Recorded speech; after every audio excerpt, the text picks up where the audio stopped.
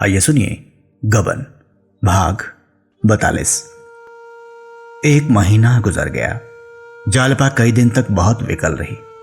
कई बार उन्माद सा हुआ कि अभी सारी कथा किसी पत्र में छपवा दूं, सारी कलई खोल दूं, सारे हवाई किले ढा दूंगी, पर ये सभी उद्वेग शांत हो गए।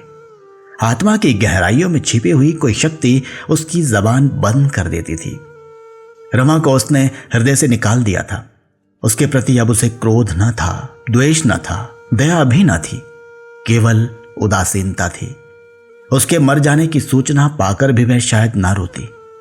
हां, उसे ईश्वरीय विधान की एक लीला, माया का एक निर्मम हास्य, एक क्रूर क्रीड़ा समझकर थोड़ी देर के लिए वह दुखी हो जाती।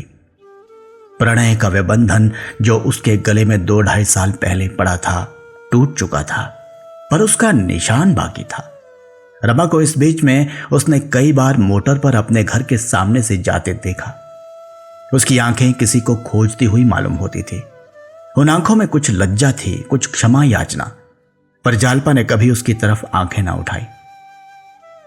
वह शायद इस वक्त आकर उसके पैरों पर पड़ता तो भी वह उसकी ओर न ताकती। रमा की इस घृणित कायरता और महान स्वार्थपरता ने जालपा के हृदय को मानो चीर डाला था। फिर भी उस प्रणय बंधन का निशान अभी बना हुआ था। रमा की वह प्रेम विह्वल मूर्ति जिसे देखकर एक दिन वह गदगद हो जाती थी, कभी कभी उसके हृदय में छाए हुए अंधेरे में क्षीण मलिन निरानंद ज्योत्सना की बहंती प्रवेश करती और एक क्षण के लिए वह स्मृतियां विलाप कर उठती। फिर उसी अंधकार और नीरवता का पर्दा पड़ जाता। उसके लिए भविष्य की मृदु स्मृतियां न थी, केवल कठोर नीरस वर्तमान विकराल रूप से खड़ा घूर रहा था। वह जालपा जो अपने घर बात बात पर मान किया करती थी, अब सेवा त्याग और सहिष्णुता की मूर्ति थी। जग्गो मना करती रहती, पर वह मुंह अंधेरे सारे घर में झाड़ू लगा आती, चौका बर्तन कर डालती, आटा गूंद कर रख देती, चूल्हा जला देती। तब बुढ़िया का काम केवल रोटियां सेकना था। छूत विचार को भी उसने ताक पर रख दिया था। बुढ़िया उसे ठेल ठाल कर रसोई में ले जाती और कुछ न कुछ खिला देती। दोनों में मां बेटी का सब प्रेम हो गया था। मुकदमे की सब कार्यवाही समाप्त हो चुकी थी। दोनों पक्ष के वकीलों की बहस हो चुकी थी, केवल फैसला सुनाना बाकी था। आज उसकी तारीख थी। आज बड़े सवेरे घर के काम धंधों से फुर्सत पाकर जालपा दैनिक पत्र वालों की आवाज पर कान लगाए बैठी थी, मानो आज उसी का भाग्य निर्णय होने वाला है। इतने में देवीदीन ने पत्र लाकर उसके सामने रख दिया। जालपा पत्र पर टूट पड़ी और फैसला पढ़ने लगी। फैसला क्या था? एक ख्याली कहानी थी जिसका प्रधान नायक रमा था। जज ने बार बार उसकी प्रशंसा की थी। सारा अभियोग उसी के बयान पर अवलंबित था। देवीदीन ने पूछा, फैसला छपा है? जालपा ने पत्र पढ़ते हुए कहा, हां है तो। किसकी सजा हुई? कोई नहीं छूटा। एक को फांसी की सजा मिली, 5 को 10-10 साल और 8 को 5-5 साल। उसी दिनेश को फांसी हुई।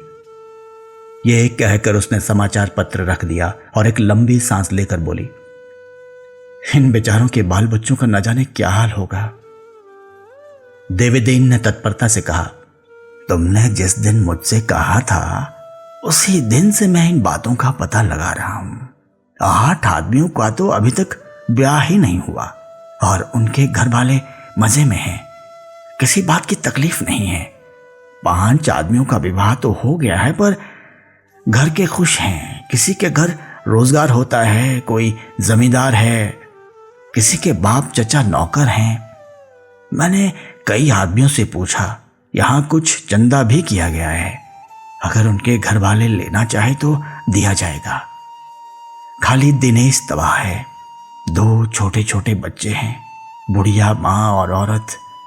यहां किसी स्कूल में मास्टर था, एक मकान किराए पर लेकर रहता था, उसकी खराबी है।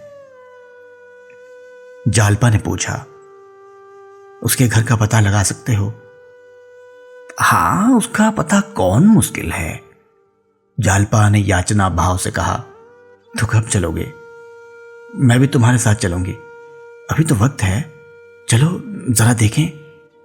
देवीदीन ने आपत्ति करके कहा, पहले मैं देख तो आऊं, इस तरह मेरे साथ कहां कहां दौड़ती फिरोगी। जालपा ने मन को दबाकर लाचारी से सिर झुका लिया और कुछ न बोली। देवी दिन चला गया। जालपा फिर समाचार पत्र देखने लगी, पर उसका ध्यान दिनेश की ओर लगा हुआ था। बेचारा फांसी पा जाएगा। जिस वक्त उसने फांसी का हुक्म सुना होगा, उसकी क्या दशा हुई होगी। उसकी बूढ़ी मां और स्त्री ये खबर सुनकर छाती पीटने लगी होंगी। बेचारा स्कूल मास्टर ही तो था, मुश्किल से रोटियां चलती होंगी और क्या सहारा होगा। उनकी विपत्ति की कल्पना करके उसे रमा के प्रति ऐसी उत्तेजनापूर्ण घृणा हुई कि वह उदासीन ना रह सकी। उसके मन में ऐसा उद्वेग उठा कि इस वक्त वह आ जाए तो ऐसा धिक्कार करूं कि वह भी याद करे। तुम मनुष्य हो? कभी नहीं। तुम मनुष्य के रूप में राक्षस हो, राक्षस। तुम इतने नीच हो कि उसको प्रकट करने के लिए कोई शब्द नहीं है। तुम इतने नीच हो कि आज कमीने से कमीना आदमी भी तुम्हारे ऊपर थूक रहा है। तुम्हें किसी ने पहले ही क्यों न मार डाला? इन आदमियों की जान तो जाती ही, पर तुम्हारे मुंह पर तो कालिक न लगती। तुम्हारा इतना पतन हुआ कैसे? जिसका पिता इतना सच्चा, इतना ईमानदार हो, वह इतना लोभी, इतना कायर। शाम हो गई, पर देवी दिन न आया।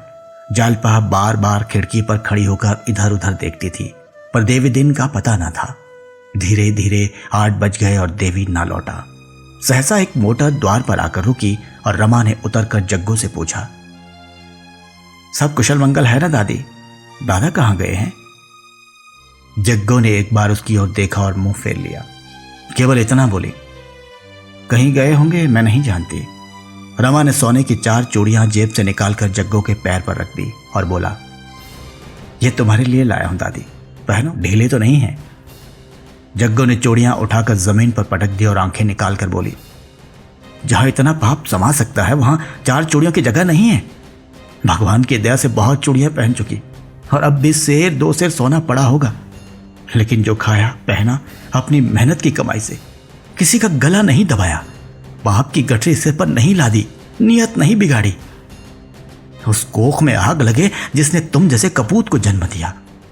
ये पाप की कमाई लेकर तुम बहू को देने आए होंगे, समझते होंगे तुम्हारे रुपयों की थैली देखकर वह लट्टू हो जाएगी। इतने दिन उसके साथ रहकर भी तुम्हारी लोभी आंखें उसे ना पहचान सकी। तुम जैसे राक्षस उस देवी के जोग न थे। अगर अपनी कुशल चाहते हो तो इन्हीं पैरों जहां से आए हो वहीं लौट जाओ। उसके सामने जाकर क्यों अपना पानी उतरवाओगे? तुम आज पुलिस के हाथों जख्मी होकर मार खाकर आए होते, तुम्हें सजा हो गई होती, तुम जेल में डाल दिए गए होते तो बहू तुम्हारी पूजा करती, तुम्हारे चरण धो धो कर पीती। वह उन औरत में है जो चाहे मजूरी करे, उपास करे, फटे चीथड़े पहने पर किसी की बुराई नहीं देख सकती। अगर तुम मेरे लड़के होते तो तुम्हें जहर दे देती। क्यों खड़े मुझे जला रहे हो? चले क्यों नहीं जाते? मैंने तुमसे कुछ ले तो नहीं लिया है। रमा सिर झुकाए चुपचाप सुनता रहा। तब आहत स्वर में बोला, दादी मैंने बुराई की है, इसके लिए मरते दम तक लज्जित रहूंगा, लेकिन तुम मुझे जितना नीच समझ रही हो उतना नीच नहीं हूं। अगर तुम्हें मालूम होता कि पुलिस ने मेरे साथ कैसी कैसी सख्तियां की, मुझे कैसी कैसी धमकियां दी, तो मुझे राक्षस न कहती। जालपा के कानों में इन आवाजों की भनक पड़ी। उसने जीने से झांक कर देखा। रमानाथ खड़ा था। सिर पर बनारसी रेशमी साफा था, रेशम का बढ़िया कोट, आंखों पर सुनहली ऐनक। इस एक ही महीने में उसकी देह निखर आई थी, रंग भी अधिक गोरा हो गया था। ऐसी कांति उसके चेहरे पर कभी ना दिखाई दी थी। उसके अंतिम शब्द जालपा के कानों में पड़ गए। बाज की तरह टूटकर धम धम करती हुई नीचे आई और जहर में बुझे नेत्र बाणों का उस पर प्रहार करती हुई बोली, अगर तुम सत्यों और धमकियों से इतना दब सकते हो तो तुम कायर हो। तुम्हें अपने को मनुष्य कहने का कोई अधिकार नहीं। क्या शक्तियां की थी जरा सुनो। लोगों ने तो हंसते हंसते सिर कटा लिए, अपने बेटों को मरते देखा है, कोहलू में पेले जाना मंजूर किया है, पर सच्चाई से जौ भर भी ना हटे। तुम भी तो आदमी हो, तुम क्यों धमकी में आ गए? क्यों नहीं छाती खोलकर खड़े हो गए कि इसे गोली का निशाना बना लो, पर मैं झूठ ना बोलूंगा? क्यों नहीं सिर झुका दिया? देह के भीतर इसलिए आत्मा रखी गई है कि देह उसकी रक्षा करे, इसलिए नहीं कि उसका सर्वनाश कर दे। इस पाप का क्या पुरस्कार मिला, जरा मालूम तो हो। रमा ने दबी हुई आवाज में कहा, अभी तो कुछ नहीं। जालपा ने सरपिणी की भांति फुंफकार कर कहा। यह सुनकर मुझे बड़ी खुशी हुई। ईश्वर करे तुम्हें मुंह पर कालिख लगाकर भी कुछ ना मिले, मेरी ये सच्चे दिल से प्रार्थना है। लेकिन नहीं, तुम जैसे मोम के पुतलों को पुलिस वाले कभी नाराज न करेंगे। तुम्हें कोई जगह मिलेगी और शायद अच्छी जगह मिले, मगर जिस जाल में तुम फंसे हो उसमें से निकल नहीं सकते। झूठी गवाही, झूठे मुकदमे बनाना और पाप का व्यापार करना ही तुम्हारे भाग्य में लिख गया। जाओ, शौक से जिंदगी के सुख लूटो। मैंने तुमसे पहले ही कह दिया था, आज फिर कहती हूं, मेरा तुमसे कोई नाता नहीं है। मैंने समझ लिया तुम मर गए, तुम भी समझ लो कि मैं मर गई। बस जाओ। मैं औरत हूं, अगर कोई धमकाकर मुझसे पाप कराना चाहे तो चाहे उसे ना मार सकूं, स्वयं अपनी गर्दन पर छुरी चला दूंगी। क्या तुम में औरतों के बराबर भी हिम्मत नहीं है? रमा ने भिक्षुकों की भांति गिड़गिड़ा कर कहा। तुम मेरा कोई उज्र ना सुनोगी? जालपा ने अभिमान से कहा। नहीं। तो मैं मुंह पर कालिख लगाकर कहीं निकल जाऊं? तुम्हारी खुशी। तुम मुझे क्षमा ना करोगी? कभी नहीं, किसी तरह नहीं। रमा एक क्षण सिर झुकाए खड़ा रहा, तब धीरे धीरे बरामदे के नीचे जाकर जग्गू से बोला। दादा है तो कह देना मुझसे जरा देर मिल लें, जहां कहें आ जाऊं। जग्गू ने कुछ पिघल कर कहा। कल यहीं चले आना। रमा ने मोटर पर बैठते हुए कहा। यहां अब ना आऊंगा दादी। मोटर चली गई तो जालपा ने कुत्सित भाव से कहा। मोटर दिखाने आए थे, जैसे खरीद ही तो लाए हो। जग्गू ने भर्त्सना की। तुम्हें इतना बेलगाम ना होना चाहिए था बहू। दिल पर चोट लगती है तो आदमी को कुछ नहीं सूझता। जालपा ने निष्ठुरता से कहा। ऐसे हयादार नहीं है दादी, इसी सुख के लिए तो आत्मा बेची। उनसे यह सुख भला क्या छोड़ा जाएगा? पूछा नहीं दादा से मिलकर क्या करोगे? वे होते तो ऐसी फटकार सुनाते कि छठी का दूध याद आ जाता। जग्गू ने तिरस्कार के भाव से कहा। तुम्हारी जगह मैं होती तो मेरे मुंह से ऐसी बातें ना निकलती। तुम्हारा ये बड़ा कठोर है। दूसरा मर्द होता तो इस तरह चुपका चुपका सुनता। मैं तो थर थर कांप रही थी कि कहीं तुम्हारे ऊपर हाथ ना चला दे, मगर है बड़ा गमखोर। जालपा ने उसी निष्ठुरता से कहा। इसे गमखोरी नहीं कहते दादी, ये बेहयाई है। देवीदीन ने आकर कहा। क्या यहां भैया आए थे? मुझे मोटर पर रास्ते में दिखाई दिए थे। जग्गू ने कहा। हां आए थे, कह गए हैं दादा मुझसे जरा मिल लें। देवीदीन ने उदासीन होकर कहा। मिल लूंगा, यहां कोई बातचीत हुई? जग्गू ने पछताते हुए कहा। बातचीत क्या हुई, पहले मैंने पूजा की, मैं चुप हुई तो बहू ने अच्छी तरह फूल माला चढ़ाई। जालपा ने सिर नीचा करके कहा। आदमी जैसा करेगा वैसा भोगेगा। जग्गू अपना ही समझकर तो मिलने आए थे। जालपा कोई बुलाने तो न गया था। कुछ दिनेश का पता चला दादा? देवीदीन हां सब पूछ आया, हावड़े में घर है, पता ठिकाना सब मालूम हो गया। जालपा ने डरते डरते कहा। इस वक्त चलोगे या कल किसी वक्त? देवीदीन तुम्हारी जैसी मर्जी, जी चाहे इसी वक्त चलो, मैं तैयार हूं। थक गए होंगे। इन कामों में थकान नहीं होती बेटे। 8 बज गए थे। सड़क पर मोटरों का तांता बंधा हुआ था। सड़क की दोनों पटरियों पर हजारों स्त्री पुरुष बने ठने हंसते बोलते चले जाते थे। जालपा ने सोचा, दुनिया कैसी अपने रंग में मस्त है। जिसे उसके लिए मरना हो मरे, वह अपनी टेक ना छोड़ेगी। हर एक अपना छोटा सा मिट्टी का घरौंदा बनाए बैठा है।